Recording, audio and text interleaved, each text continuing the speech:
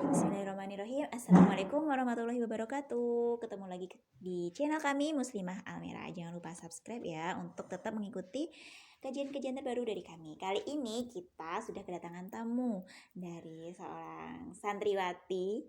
Dia tuh udah mondok bertahun-tahun dengan identitas dengan nama Ulia Asmia. Jadi kalau mau follow IG-nya boleh ya.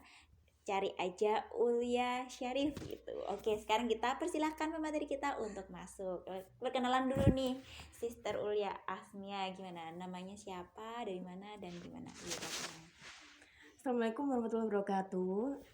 Perkenalkan, nama saya Ulia Asmia. Saya berasal dari Surabaya, tapi sudah lama menetap di Malang. Dan sekarang sedang mencari ilmu lagi di Pondok Pesantren Nurul Haromain Pujon. Oh ya gitu. Dulu pertama kali mondok kelas berapa nih Kak?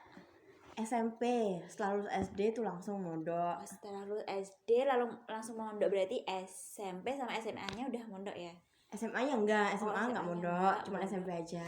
Berarti kan itu masih usia terbilang muda ya. Itu gimana sih perasaan pertama kali masuk ke pondok? Itu sekarang kan cewek gitu katanya, aduh nggak mau pisah sama orang tua atau gimana? Kalau perasaannya gimana nih Kak? Ya awalnya sih emang pengen jauh dari keluarga, biar suasana baru gitu. Tapi pas sampai pondok, hari pertama itu ya biasa ya, santri, apalagi perempuan, nangis, pasti nangis, selama tidur tuh nangis. Waduh. Tapi itu berlangsung cuman hari pertama aja, lama kelamaan udah terbiasa, udah kerasan akhirnya. Oh, jadi cuma sedihnya tuh sebenarnya hari-hari awal aja gitu ya. Jadi nggak seperti. Tapi kalau di pondok itu kan, kalau yang saya tahu kan suasananya tuh kayak karena langsung diawasin sama abi pondok gitu kan, itu dredeg atau gimana gitu nggak sih? Kalau kakaknya gimana? Oh, kalau saya dulu kan ada pengurus di dalam setiap kamar itu. Ya rasanya nggak dredeg sih, karena masih kecil mungkin ya. Jadi takut itu nggak ada. Cuman ya gimana, nggak ada rasa takut, nggak ada rasa patuh ya. Dulu masih kecil ya.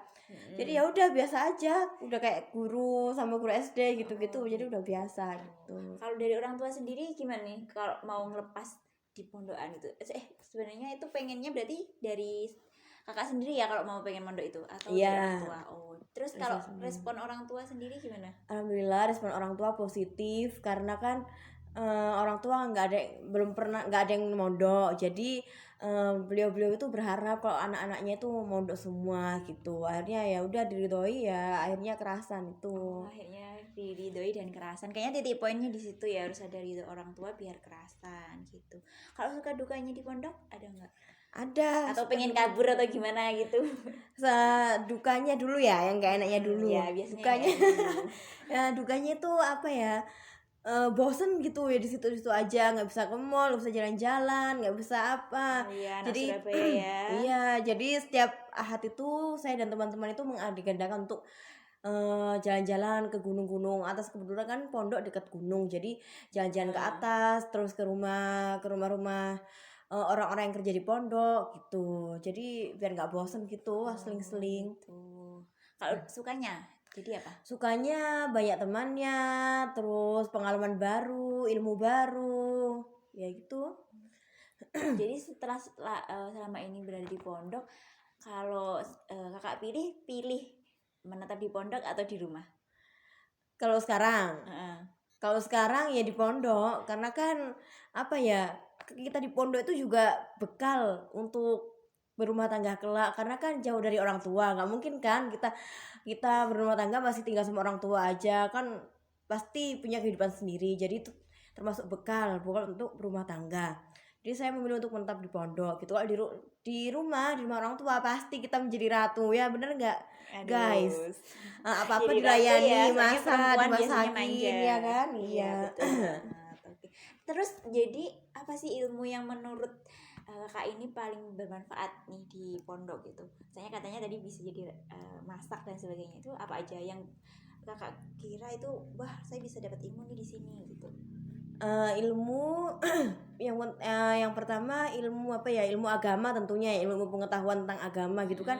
Kita sebagai orang umum yang dulunya kan nggak tahu apa-apa tentang agama, tentang fikih, tentang sorof, tentang apa-apa itu kan nggak tahu. Jadi di pondok bisa tahu. Lalu yang kedua ilmu hikmah. Hikmah itu adalah melayani. Misalnya kalau ada tamu kita melayani dengan baik, pasti kan orang itu senang, tamu itu bakal senang. Dan itu yang membuat kita juga alhamdulillah tamuku senang, merasa nyaman gitu kan sama kita. Lalu yang ketiga apa ya, ilmu-ilmu adab yang diterapkan di pondok dan juga diajarkan kepada guru kita. Misalnya adab kepada orang tua itu gimana, kepada teman itu gimana, kepada Allah itu gimana gitu. Itu sih yang penting. Gitu. Pernah nggak sih di luar itu dianggap kayak eksklusif gitu kan, anak pondok gitu kan, pernah dianggap kayak eksklusif gitu nggak sih sama teman-teman gitu, anak pondok hati-hati sama bunyai atau ustazah gitu, pernah nggak? Soalnya saya tuh pernah kayak gitu kayaknya tuh. Pernah. Terus gimana Kebetulan itu? iya, setiap pulang terus reuni itu kan apa ya, dari pakaian aja udah beda dari teman-teman yang lain kan. Iya, Jadi secara ya tenar ya. iya, auto. Jadi ya Terus? langsung diistimewakan gitu. Padahal ya kan sama-sama manusia gitu kan.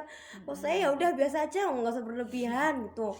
Saya Terus bilang gitu. gimana kakak nanggepinnya sama teman-teman yang bilang punyai atau ustazah gitu, kakak nanggepinnya gimana tuh? Ya saya aminin aja, siapa tahu nanti kan kejadian ya kan, Oh kita nggak gitu, tahu. doa Iya, baik ternyata ya iya. guys. Oke, gitu. Jadi ternyata kalau ini apa? Biasanya kan anak pondok itu ini agak rahasia ya teman-teman. Jadi untuk apa ya? Boleh nggak sih sebenarnya kalau kelawan jenis itu kita gimana menjaganya gitu kalau di pondok? Soalnya kan kadang ada pondok putra dan putri, wah itu kan horor banget kalau di kisah-kisah televisi gitu kan. Itu gimana sebenarnya penjagaan dan horor ngerinya kalau kita ternyata kepincut sama santri Ikhwan nih gimana? Ya kalau saya sendiri apa ya, ya cukup saya aja yang tahu. Oh gitu. Iya, cukup memendam aja biar nggak apa ya, biar nggak dikeroyoi. Nanti kalau di pondok itu ceritanya tuh kalau udah dikeroyoi, pengurus tahu langsung disidang gitu. Itu tuh udah banyak pengalaman-pengalaman gitu. Terus setelah di sidang diapain tuh? Pas sidang dikasih pilihan mau diapakan, mau dikeluarkan atau dinikahkan gitu. Wah sebenarnya langsung ya, nggak ada kata Iya, pacaran, iya. nikah tinggal atau tinggalin Tinggalkan, gitu. ya benar. Wah, jadi tegas banget kalau di pondok itu benar-benar jaga kita dari perilaku-perilaku yang itu dilarang kayak gitu. Yap, betul. Sekarang berarti posisinya Kak Ulia udah ini ya, kuliah ya? Iya, alhamdulillah Terus sudah lulus. udah lulus, alhamdulillah udah wisuda jadi teman-teman. Nah, kalau ini kan kuliah sama mondok itu kan kayak hal yang berbeda gitu ya. Ada target-target tersendiri gitu. Nah, itu gimana nyiasatinnya? Soalnya kan kuliah sendiri di luar, di kampus, dan pondok itu sendiri gitu kan. Gimana nyiasatinnya biar bisa lulus keduanya?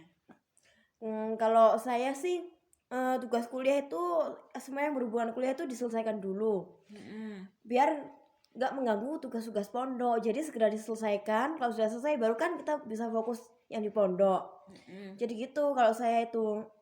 Tapi ya kadang ya namanya juga manusia ya kan, apa nunda-nunda lah apa itu udah biasa. Tapi ya itu pinter-pinter nyiasati. Alhamdulillah saya nggak keteteran sih. Yang termasuk rajin berarti ya nih. Kak Walia ini Alhamdulillah. termasuk rajin teman-teman ya. Oke. Sekarang yang terakhir statusnya mondok di ini ya, pesantren Nurul Haromain Pujon ya Kak ya. Itu kalau di sana kan ada pesantren dakwah. Itu gimana? Kayaknya beda nggak sih sama pesantren-pesantren? Ini kesan-pesan antara pesantren yang satu dan yang kedua dan yang sekarang itu gimana perbedaannya?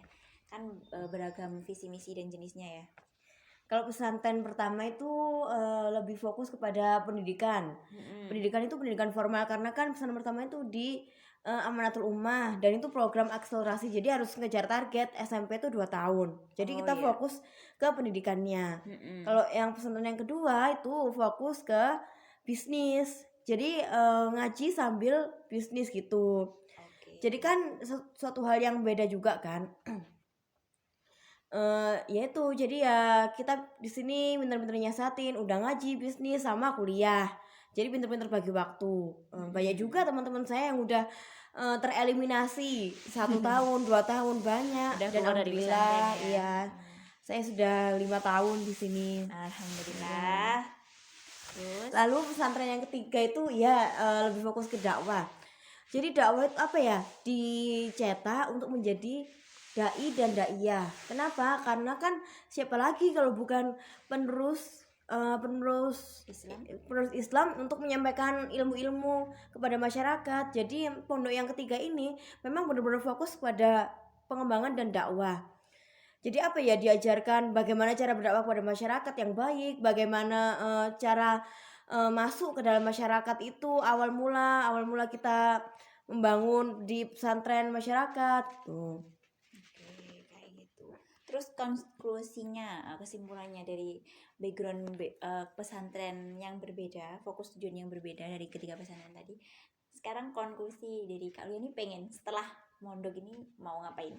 Oh ya, setelah mondok itu pastinya ya pengen punya pondok pesantren yang dalamnya tuh fokus bisnis dan juga fokus dakwah itu tadi. Karena kan apa ya, kalau kita bisnis saja nanti siapa yang memberi ajaran-ajaran kepada masyarakat sekitar tentang agama Islam, tentang Islam, ilmu pengetahuan. Nah, selain itu kita juga ekonomi Islam juga perlu dinaikkan. Jadi harus belajar bisnis itu. Itu sih Semoga sebenarnya. dimudahkan ya Kak Lia untuk mimpi dan Amin, misinya terima kasih. kayak gitu.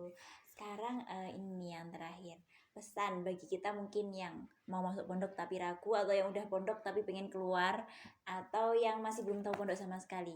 Gimana sih kesan pesan atau flashbacknya untuk pendengar sekalian?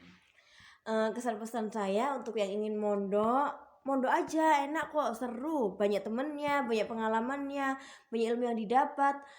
Jangan anggap pondok itu istilah-istilah pondok yang dulu kuno lah, penjara suci lah, apalah. Itu tuh hanya istilah belaka, nggak sesuai dengan pondok pesantren zaman sekarang ini kok.